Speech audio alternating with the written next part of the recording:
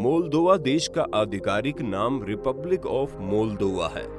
ये देश पूरी यूरोप में स्थित एक प्राचीन और पारंपरिक भूमि से घिरा हुआ देश है। इस देश के उत्तर, पूर्व और दक्षिण क्षेत्र के देश को यूक्रेन कहा जाता है और पश्चिम में देश को रोमानिया कहते हैं। देश का कुल क्षेत्रफल लगभग 33,844 वर्ग किलोमीटर और जनसंख्या लगभग 25,97,100 है।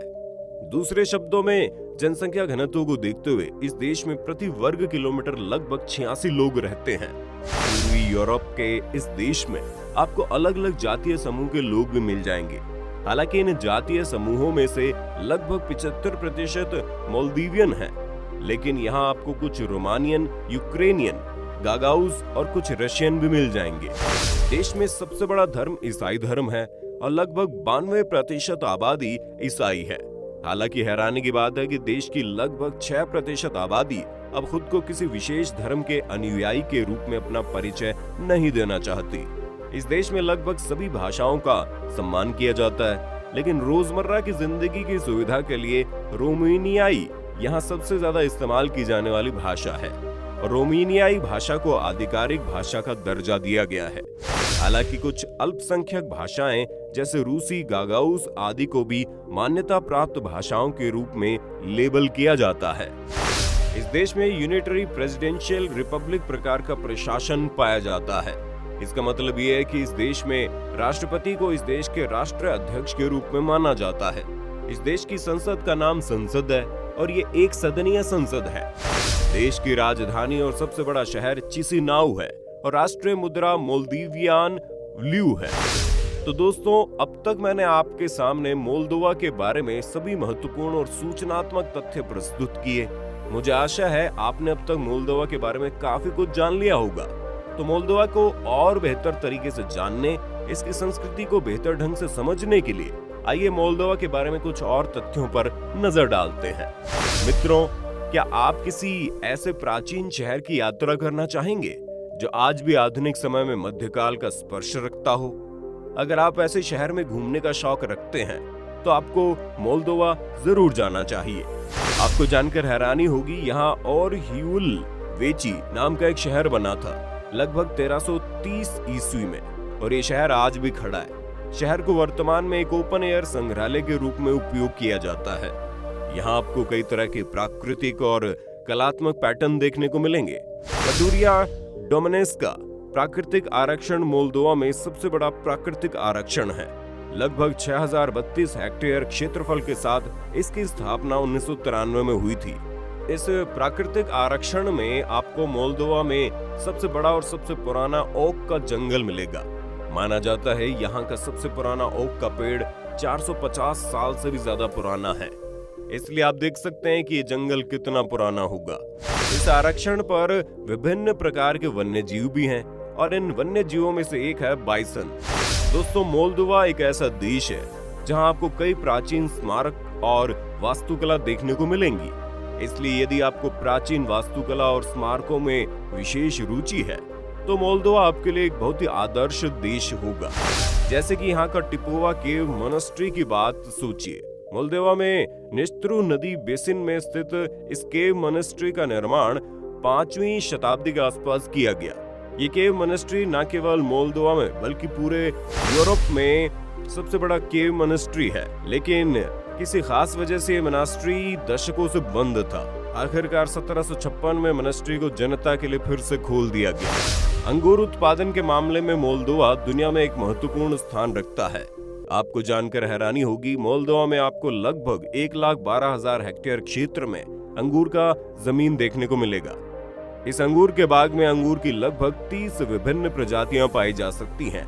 एक और आश्चर्यजनक तथ्य है, इतने बड़े आकार के अंगूर के बाग को बनाए रखने के लिए अंगूर के बाग को 4 विशेष वर्गों में बांटा गया है। दोस्तों, इस बार आपको मोल्दोवा के बारे में सबसे चौंकाने वाली जानकारी देने जा रहे हैं। साथियों, जब किसी देश में इतनी बड़ी दाख की बारी आती है तो वो स्वाभाविक रूप से शराब के उत्पादन में विशेष रूप से महत्वपूर्ण स्थान रखता है और मोल्दोवा के मामले में ये अधिक उल्लेख के योग्य है, क्योंकि आपको ये जानकर आश्चर्य होगा कि यहाँ शराब के लिए एक पूरी तरह से अलग शहर भी है, क्रिकोवा अंडरग्राउंड सिटी। मोल्दोवा का ऐसा शहर है जहाँ पर आप कई तरह की वाइन पा सकते हैं। यहाँ पर हर वाइन गैलरी करीब 70 किलोमीटर की है और इस विशाल शहर में आपको अलग अलग नामों से कई गलियां मिल जाएंगी। एक अनुमान के मुताबिक पूरे शहर में करीब 30 मिलियन लीटर शराब 12 से 14 डिग्री सेल्सियस के तापमान पर स्टोर करके रखी गई है। मोल्दोवा व्यंजनों में आपको लगभग सभी यूरोपीय देशों के स्पर्श मिलेंगे। हालांकि इस देश के विभिन्न व्यंजनों में तुर्की, रूसी, यूक्रेनी व्यंजन सबसे आम है। इस देश के लोगों के दैनिक आहार में गोमांस, सुअर का मांस, आलू, पत्ता गोभी और विभिन्न प्रकार के अनाज सबसे आम खाद्य पदार्थ हैं। हालांकि एक बात का ध्यान रखें, मोल्दोवन दिन के किसी भी समय शराब का सेवन करते हैं और शराब उनके दैनिक आहार का एक हिस्सा है।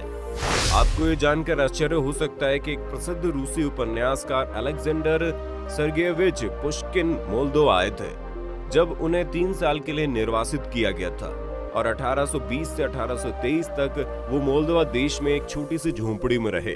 मोल्दोवन प्रशासन ने अब इस कुटीर को एक संग्रहालय में बदल दिया है। पुश्किन द्वारा यहाँ रहते हुए बनाई गई सभी प्रसिद्ध कृतियों और इनके द्वारा उपयोग की जाने वाली सभी चीजें अब इस संग्रहालय में प्रदर्शित हैं। तो अगर आप भी पुश्किन के फैन हैं, तो आपको इस म्यूजियम को जरूर देखना चाहिए। आपको जानकर हैरानी होगी, यूरोपीय देश होने के बावजूद मोल्दोवा की आर्थिक स्थिति बहुत खराब है। इसकी जीडीपी दर बहुत कम है। शराब यहाँ की अर्थव्यवस्था का मुख्य आधार है।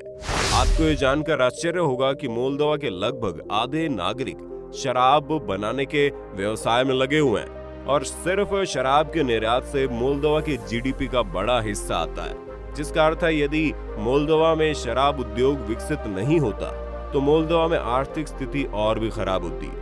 मैंने कुछ देर पहले आपको बताया था कि मोल्दोवा में आपको बहुत सारी प्राचीन कला और स्थापत्य कला देखने को मिलेगी। यहाँ देखने लायक चीजों की कोई कमी नहीं है। एक तरफ जहाँ आपको दुनिया के बड़े अंगूर के बाग देखने को मिलेंगे, वहीं दूसरी तरफ आपको यहाँ जंगलों की भरमार देखने को मिलेगी। लेकिन सबसे हैरानी वाली बात यह है कि मोल्दोवा में आने वालों की संख्या बहुत कम है। 2017 में यहाँ आने वाले आगंतुकों की संख्या 1,33,000 के आसपास थी। इसका मतलब यह है कि मोल्दोवा पर्यटन क्षेत्र में बहुत अधिक संभावनाएं होने के बावजूद कोई प्रगति नहीं कर पाया।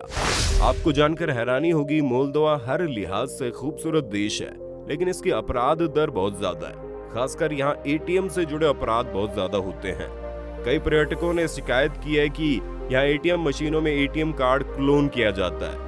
नतीजाजन यहाँ एटीएम का उपयोग करने के बाद ये अपनी बैंक पुस्तकों में विभिन्न प्रकार के डरावने लेन देन देखते हैं। इसलिए अगर आप कभी मोल्दोवा जाते हैं तो आपको इस बात का ध्यान रखना चाहिए। देश में पक्षियों की 300 से ज्यादा प्रजातियों के साथ मोल्दोवा को पक्षियों का स्वर्ग माना जाता है। अगर आपको वीडियो पसंद आया है तो इसे लाइक और अन्य लोगों के साथ शेयर कर देना। यदि आप चैनल में नए हैं तो चैनल को सब्सक्राइब करें और बगल में दी गई घंटी को दबा देना। अगले वीडियो में फिर से मिलते हैं। स्वस्थ रहें, खुश रहें।